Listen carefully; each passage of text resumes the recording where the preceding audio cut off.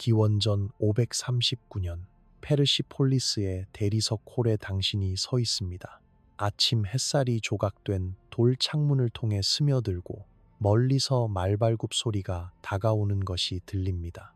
당신은 정복당한 왕의 딸로서 호화로운 환경에서 자랐고 철학과 통치술을 배웠으며 단 한 번의 손짓으로 수많은 시종들에게 명령을 내리는데 익숙한 사람입니다. 그러나 저 발소리의 주인공은 방금 당신의 세계를 영원히 산산조각낸 페르시아 병사들입니다.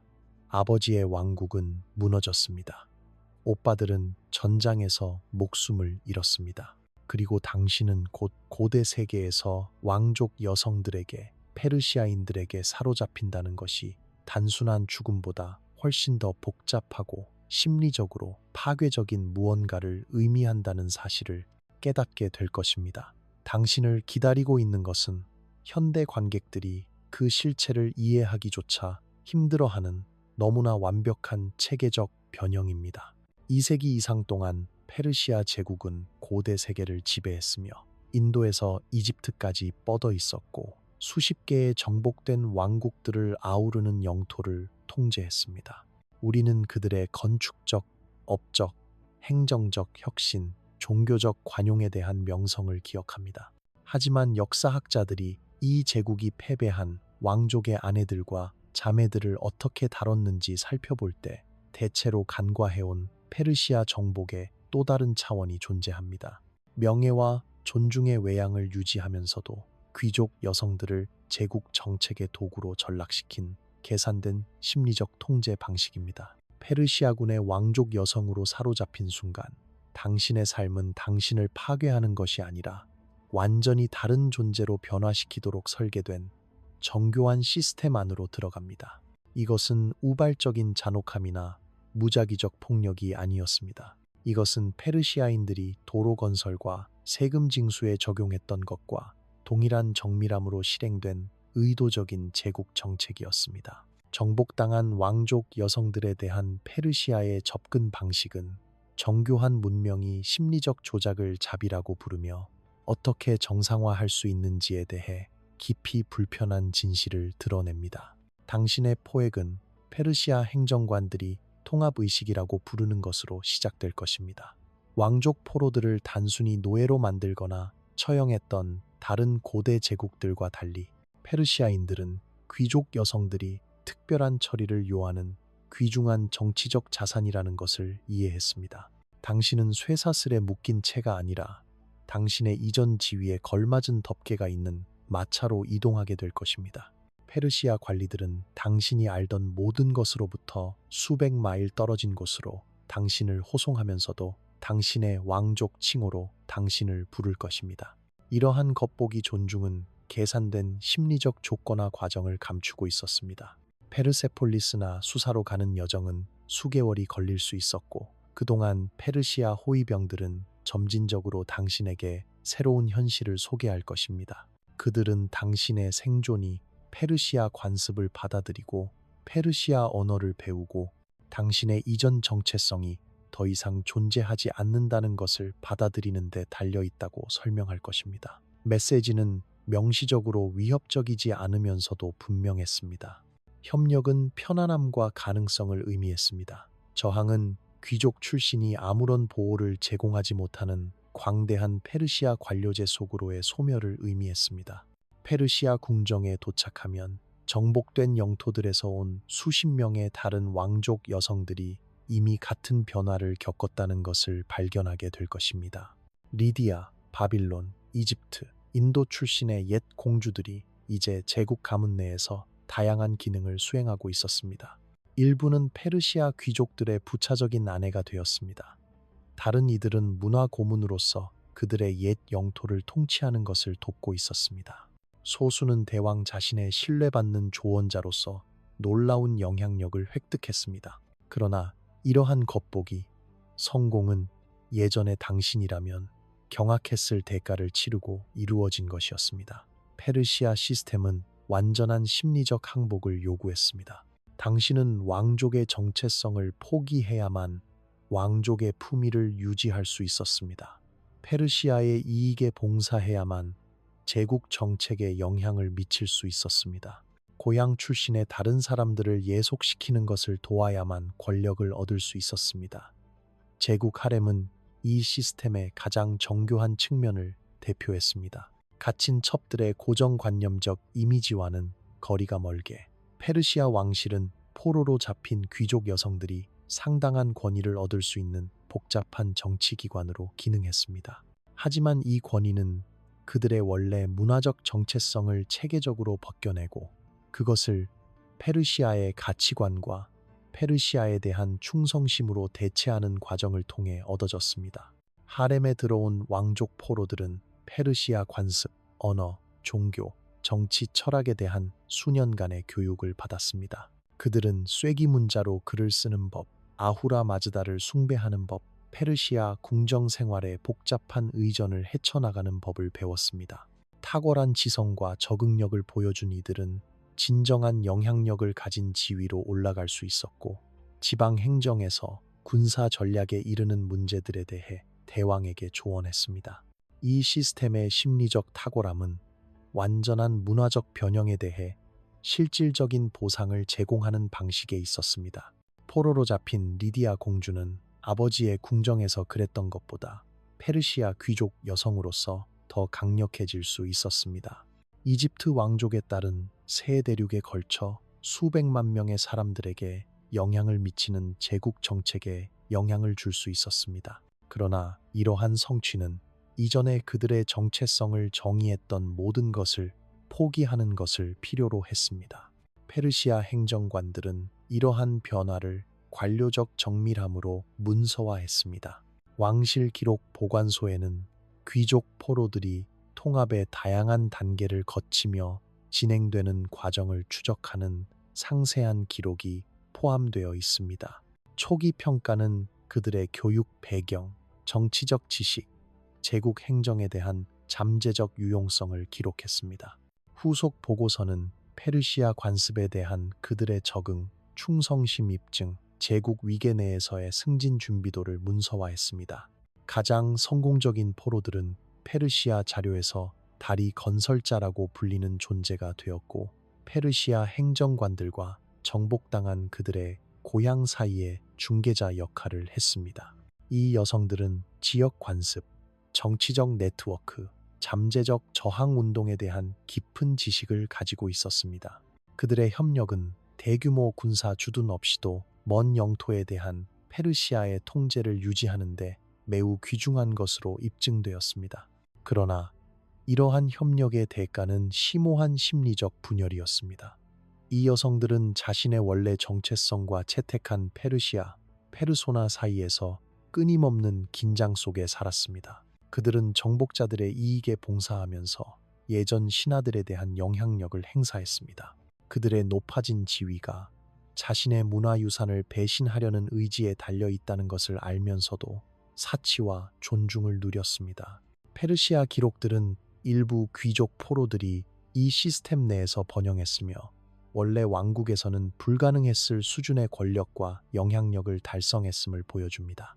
그들은 자신의 궁정을 세우고 자신의 이름이 새겨진 동전을 주조하고 도시를 건설하고 수십만 명의 인구를 가진 영토를 통치했습니다. 고고학적 증거는 여러 명의 옛 왕족 포로들이 페르시아 영토 전역에서 주요 건축 프로젝트를 의뢰하고 종교의식을 후원할 만큼 부유해졌음을 확인해 줍니다. 그러나 페르시아 시스템 내에서의 성공은 모든 포로로 잡힌 귀족 여성이 가지고 있지 않은 능력을 필요로 했습니다. 문화 적응에 어려움을 겪거나 저항의 징후를 보이거나 유용한 기술을 입증하지 못한 이들은 완전히 다른 운명에 직면했습니다. 그들은 제국 가문의 하층부로 사라져 승진이나 인정의 희망 없이 가정부, 연예인 또는 사소한 첩으로 봉사했습니다. 지금 당신은 기원전 539년 페르세폴리스의 대리석 복도에 서 있습니다. 이른 아침 빛이 돌에 새겨진 창문을 통과해 들어오고 저 멀리서 말발굽이 다가오는 소리가 귀에 들립니다. 당신은 정복된 왕의 딸입니다. 풍요로움 속에서 성장했고 철학과 국가 운영술을 교육받았으며 단 한 번의 몸짓으로 수많은 하인들을 지휘하는 데 익숙했습니다. 하지만 저 발걸음의 주인공들은 방금 전 당신의 세계를 영구적으로 파괴해버린 페르시아 군인들입니다. 아버지의 왕국은 함락되었습니다. 형제들은 전투의 현장에서 숨을 거두었습니다. 그리고 당신은 이제 고대의 세상에서 왕실 여성들에게, 페르시아인들에게 붙잡힌다는 것이 단순한 죽음보다 훨씬 더 복잡하고 정신적으로 파괴적인 의미를 지닌다는 사실을 발견하게 될 것입니다. 당신 앞에 펼쳐질 것은 현대의 관객들조차 그 실상을 파악하기 어려워할 만큼 철저한 체계적 변환을 의미합니다. 2세기가 넘는 시간 동안 페르시아 제국은 고대 세계를 지배했고 인도에서부터 이집트에 이르기까지 뻗어나갔으며 수십 개의 정복된 왕국들을 포함하는 영토를 장악했습니다. 우리는 그들의 건축학적 성과, 행정적 혁신들, 종교적 포용성에 대한 평판을 기억하고 있습니다. 그러나 패배한 왕족의 부인들과 누이들을 이 제국이 어떻게 대우했는지 살펴볼 때 역사학자들이 크게 간과해온 페르시아 정복의 또 하나의 차원이 존재합니다. 명예와 존경의 겉모습을 유지하면서도 귀족 여성들을 제국 정책의 수단으로 격화시킨 치밀하게 계산된 심리적 지배 방식 말입니다. 이 잊혀진 고대 역사의 한 장으로 더 깊이 들어가기 전에 만약 이런 알려지지 않은 이야기들이 흥미롭다면 구독을 고려해 주시고 어디서 시청하고 계신지 댓글로 알려주세요. 이는 우리가 고대 세계에 대해 알고 있다고 생각하는 모든 것에 도전하는 복잡한 진실들을 탐구하는 더 많은 콘텐츠를 만드는데 도움이 됩니다. 페르시아군에 의해 왕실 여성으로 포로가 된 그 순간 당신의 삶은 당신을 파괴하는 것이 아니라 완전히 다른 존재로 변모시키도록 설계된 세밀하게 조율된 체계 속으로 진입했습니다. 이것은 우연적인 잔혹함이나 무분별한 폭력이 아니었습니다. 이것은 페르시아인들이 도로를 건설하고 세금을 거두는 데 적용했던 것과 동일한 정확성으로 실행된 의도적인 제국의 정책이었습니다. 정복된 왕실 여성들에 대한 페르시아의 접근법은 세련된 문명이 심리적 조작을 자비라고 명명하면서 어떻게 이를 정상화할 수 있는지에 관해 매우 불안한 무언가를 드러냅니다.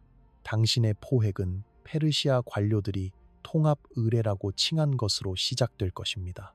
왕실 포로들을 단지 노예로 만들거나 처형했던 다른 고대 제국들과는 다르게 페르시아인들은 귀족 여성들이 특화된 처리를 필요로 하는 가치 있는 정치적 자산이라는 점을 인식했습니다. 당신은 쇠사슬에 묶여서가 아니라 당신의 과거 지위에 어울리는 덮개가 달린 수레로 이송될 것입니다. 페르시아 관리들은 당신이 알았던 모든 것으로부터 수백 마일 떨어진 곳까지 당신을 호송하면서도 당신을 왕실 칭호로 불렀습니다. 이런 표면적 존중은 계산된 심리적 조건화 절차를 가리고 있었습니다. 페르세폴리스나 수사까지의 여행은 몇 달이 걸릴 수 있었고 그 기간 동안 페르시아 호위대는 점차적으로 당신에게 새로운 현실을 소개할 것입니다.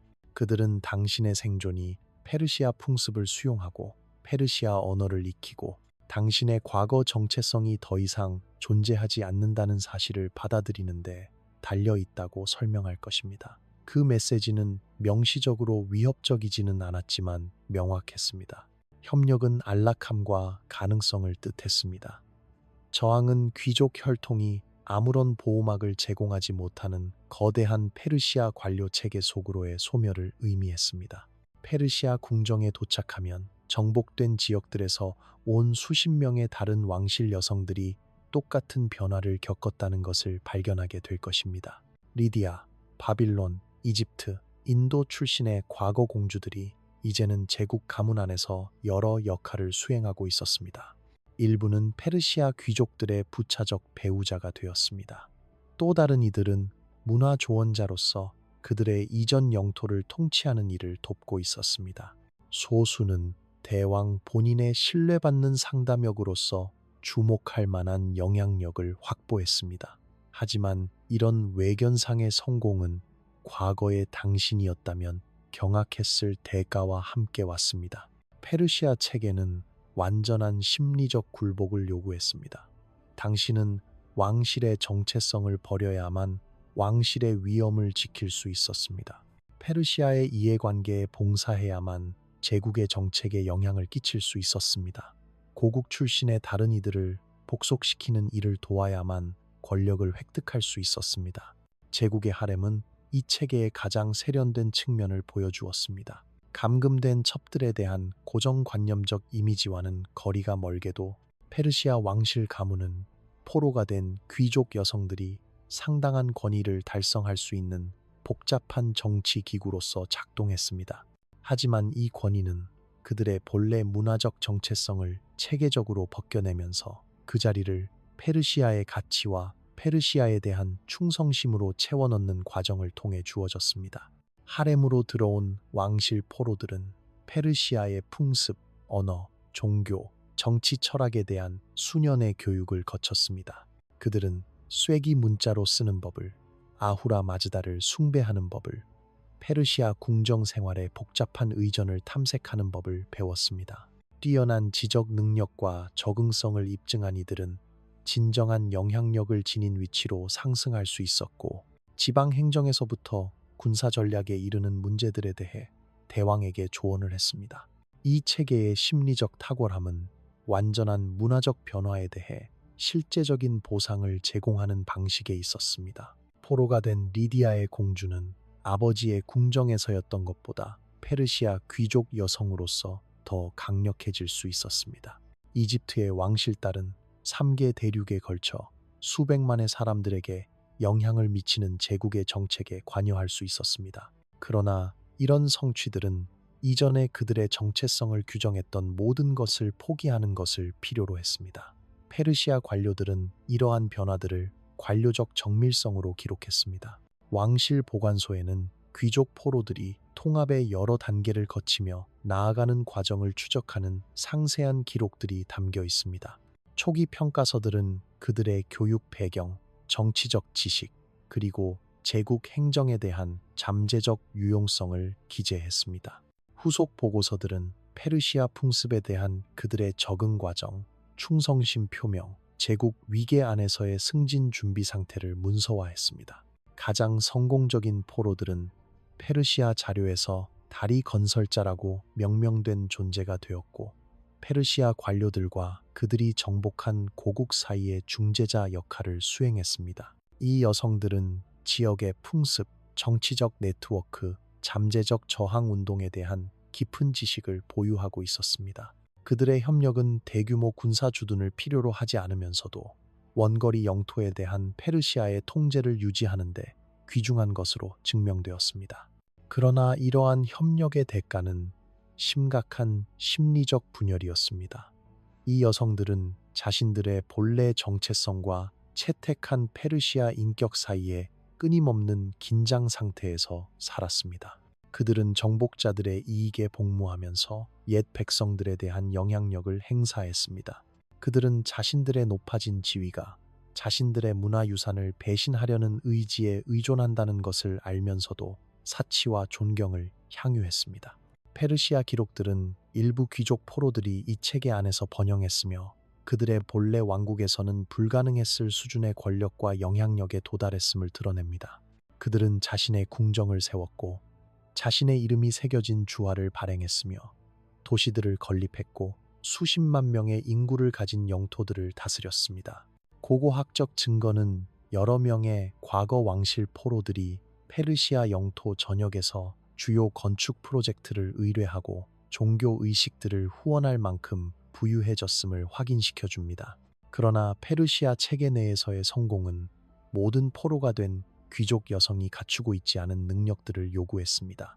문화적 적응에 어려움을 겪었거나 저항의 기미를 보였거나 유용한 기술들을 입증하지 못한 이들은 전혀 다른 운명에 직면했습니다. 그들은 제국 가문의 하위 단계로 사라져 승진이나 인정에 대한 희망 없이 가사 노동자, 공연자 혹은 하급첩으로 봉사했습니다.